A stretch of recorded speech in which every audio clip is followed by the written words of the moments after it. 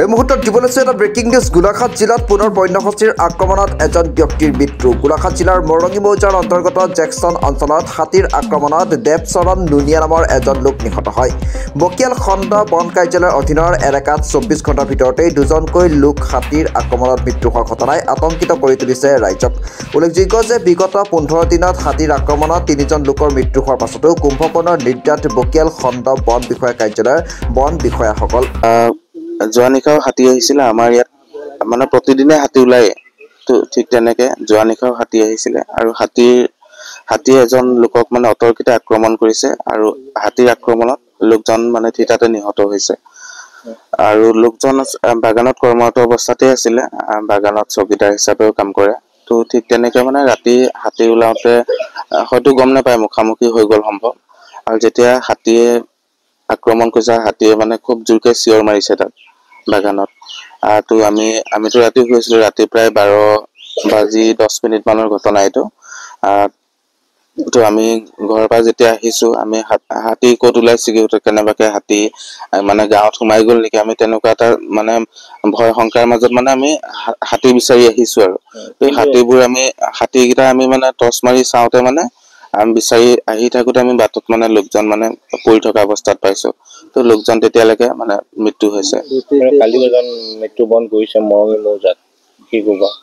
হয়, কালি আচলতে সেইটো এটা মানে খুবেই দুখৰ বিষয়। আচলতে বন বিভাগেই হওক বা বন মন্ত্ৰীয়ে হওক, আচলতে ইমানবোৰ ঘটনা হৈ যোৱাৰ পিছত অকল এই দুজন লোক 24 ঘণ্টাৰ ভিতৰত মৃত্যু হৈছে হাতীৰ আক্ৰমণত। কিন্তু তাৰ আগতো আমাৰ এই 25 চনটোতে ভালেকেইজন মানুহ মৃত্যু হৈছে।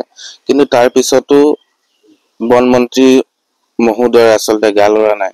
আচলতে আমি দাবী কৰিছোঁ শীঘ্ৰেই মানে আমাৰ সাধাৰণ গাঁৱৰ মানুহখিনিক এটা নিৰাপত্তা প্ৰদান কৰিব লাগে।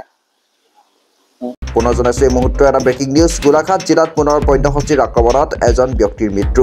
গোলাঘাট জিলাৰ মৰঙী মৌজাৰ অন্তৰ্গত জেকচন অঞ্চলত হাতীৰ আক্ৰমণত দেৱচৰণ নুনিয়া নামৰ এগৰাকী ব্যক্তি নিহত হয়। বকিয়াল খণ্ড বন কাৰ্যালয়ৰ অধীনৰ এলেকাত 24 ঘণ্টাৰ ভিতৰতেই দুজনকৈ লোক হাতীৰ আক্ৰমণত মৃত্যু হোৱাৰ ঘটনাই আতংকিত কৰি তুলিছে ৰাইজক। উল্লেখযোগ্য যে বিগত 15 দিনত হাতীৰ আক্ৰমণত 3জন লোকৰ মৃত্যু হোৱাৰ পাছতো কুম্ভকৰ্ণৰ নিৰ্যাত বকিয়াল খণ্ড বন বিষয়া কাৰ্যালয়ৰ বন বিষয়াসকল। গোলাঘাটৰ পৰা চন্দন কৰ্মকাৰ ৰিপৰ্টাৰ লাইভ অসম। নালাগে যাবলৈ বুলি ক'লো, যেতিয়া গুচি গৈছে মানে মানা ক'লেতো নামানে। মই যাওঁৱে বোলে বাগান ফালে চাই আহোঁ বুলি কৈ থাকে সদায়। বাগান চাওঁ বুলি কৈ থাকে সদায়ে গৈ থাকে আহি থাকে। এনেকুৱা পটকলৈ শুনো বুলিব মই গম নাপাওঁ, ঘৰতে আছিলোঁ। কিমান টাইমটো নাজানো, পটকলৈ কিমান টাইম 12টা হৈছিলে ইমান। তেতিয়া গৈছে ওলাই পেলাই গুচি গ'ল পটকলৈ। ওলাই পেলাই গ'ল আৰু মোক যাওঁ বুলিও নক'লে, একো নাই কোৱা। মনে গুচি গ'ল পটকলৈ। ফুৰিবলৈ যাওঁ বুলি ক'লে, গুচি পেলাই আহিম বুলি এনেকুৱাই ক'লে আৰু গুচি গ'ল। ওলাই পেলাই গুচি গ'ল সেইফালে।